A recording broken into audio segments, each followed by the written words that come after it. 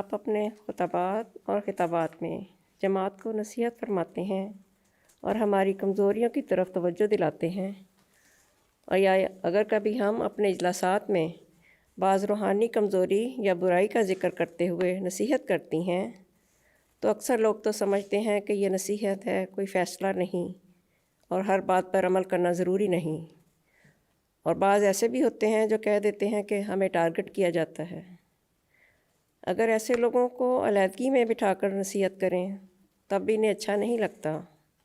اس بارے میں ہماری رہنمائی فرمائیں، جزاکم اللہ۔ بات یہ ہے کہ جو تقریر کرنے والا ہے اگر جنرل نصیحت کر رہا ہے، خطبہ دینے والا جنرل نصیحت کر رہا ہے، تو یہ تو ایک عمومی نصیحت ہے اللہ اور اس کے رسول کے جو حکم ہے اس کے مطابق۔ اب چور کی داڑھی میں تنکا محاورہ ہے۔ اب ایک شخص میں اگر یہ کمزوریاں پائی جاتی ہیں تو وہ کہتے ہیں نہیں مجھے ہی تم نے ٹارگٹ کیا ہے کیونکہ میرے اندر یہ کمزوریاں پائی جاتی ہیں، تو یہ تو اس کی کم ظرفی ہے یا بیوقوفی ہے جو ایسی باتیں کر رہا ہے۔ حالانکہ نصیحت مجموعی طور پہ کی جا رہی ہے، اور اگر اس میں ہیں کمزوریاں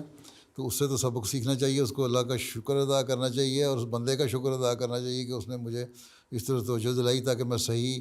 احمدی مسلمان بن جاؤں۔ کئی لوگ مجھے خط لکھتے ہیں کہ آپ خطبات جب دے رہے ہوتے ہیں بہت ساری باتیں ایسی ہوتی ہیں، بعض دفعہ تاریخی باتوں میں ہی بعض باتیں ایسی آ جاتی ہیں، لگتا ہے کہ آپ ہمارے متعلق بات کر رہے ہیں اور ہماری اصلاح کی کوشش کر رہے ہیں، اور اپنے آپ کو ہم جائزہ لیتے ہیں اور پھر شرم آتی ہے، اپنی اصلاح کی کوشش ہم کرتے ہیں۔ تو ایسے بھی ہیں جو سبق لینے کی کوشش کرتے ہیں، لیکن جو ڈھیٹ لوگ ہیں اثر ہی جن پہ ہونا کسی بات کا اور دوسروں پہ الزام انہوں نے دیتے رہنا، ان پہ جو مرضی آپ کہہ لیں ان پہ اثر ہی نہیں ہوگا۔ ان کے لیے پھر دعائی کر سکتے ہیں کہ اللہ تعالیٰ ان کو عقل اور سمجھ دے اور ان کو یہ سمجھنے کی توفیق دے کہ وہ حقیقی احمدی بن جائیں۔ اگر تقویٰ سے کام لیتے ہوئے نصیحت کرنے والا، تقریر کرنے والا، یا اگر مرد کوئی ہے یا امام ہے یا مربی ہے، خطبہ دینے والا خطبے میں باتیں کر رہا ہے، تو وہ پہلے تو دعا کر کے جائے کہ اللہ تعالیٰ میری زبان میں تاثیر رکھ دے کہ میں جو بھی کہوں اس پہ لوگوں کو عمل کرنے کی توفیق ملے اور اس کو غور سے سن سکیں اور اس کا دل پہ اثر ہو، اور پھر بعد میں بھی دعا کرے کہ اللہ تعالیٰ ان کے دلوں پر ان باتوں کا اثر ڈالے اور ہم ایک نیک جماعت بن جائیں، وہ جماعت بن جائیں جو حضرت مسیح علیہ السلام ہمیں بنانا چاہتے تھے۔ اب حضرت مسیح علیہ السلام نے بے شمار جگہ پہ لکھا ہے، بعض اس زمانے میں بھی باتیں ہو جاتی تھیں، آپ نے بڑی ناراضگی کا اظہار فرمایا۔ تو یہ کہنا یہ نصیحت ہے۔ اب نماز قرآن شریف کا حکم ہے، اب لوگ کہتے ہیں کہ جی یہ تو نصیحت کی تھی، یہ ضروری تو نہیں کہ ہم نماز پڑھیں۔ اللہ تعالیٰ تو کہتا ہے میں نے پیدا ہی انسان کو عبادت کے لیے کیا ہے۔ اب عبادت کی طرف توجہ دلاؤ تو کہہ دیتے ہیں کہ یہ تو ہمارا اپنا ذاتی معاملہ ہے۔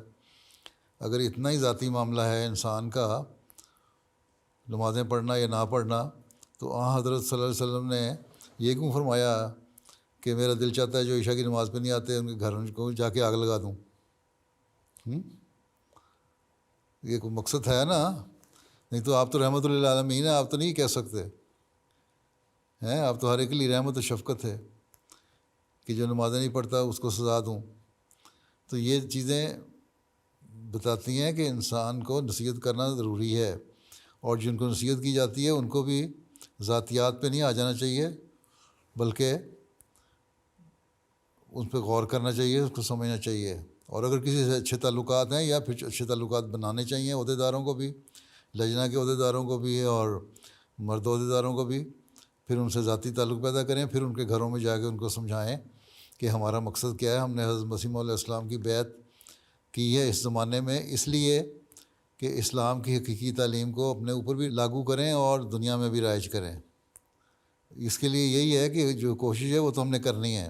کسی پہ اچھا اثر پڑتا ہے یا نہیں پڑتا ہے اس کی اگر نیت نیک ہے، اللہ تعالیٰ سے دعا بھی مانگیں کہ اللہ میری نیت تو نیک ہے۔ اگر کسی کے دل میں کوئی غلط قسم کا خیال آتا ہے اس نصیحت کو سن کے، تو اللہ تعالیٰ مجھے بھی معاف فرمائے، اس کو بھی معاف فرمائے، اور اس کو عمل کرنے کی توفیق دے، اور مجھے بھی عمل کرنے کی توفیق دے ان باتوں پہ۔ تو یہی ہم کر سکتے ہیں۔ باقی چھوٹے موٹے شکوے تو بعضوں کو ہوتے ہی ہیں، اس لیے ڈرنے کی ضرورت نہیں ہے۔ جنہوں نے عہدیدار جو ہیں لجنہ کی، وہ بھی اپنے نیک نیتی سے نصیحت کریں، کام کریں، اور مرد بھی نیک نیتی سے نصیحت کریں اور کام کریں، تو ان شاء اللہ تعالیٰ کم از کم اگلی نسل تو بہتر ہو ہی جائے گی، اول تو آپ لوگ خود بھی ہو جائیں گے بہتر سارے۔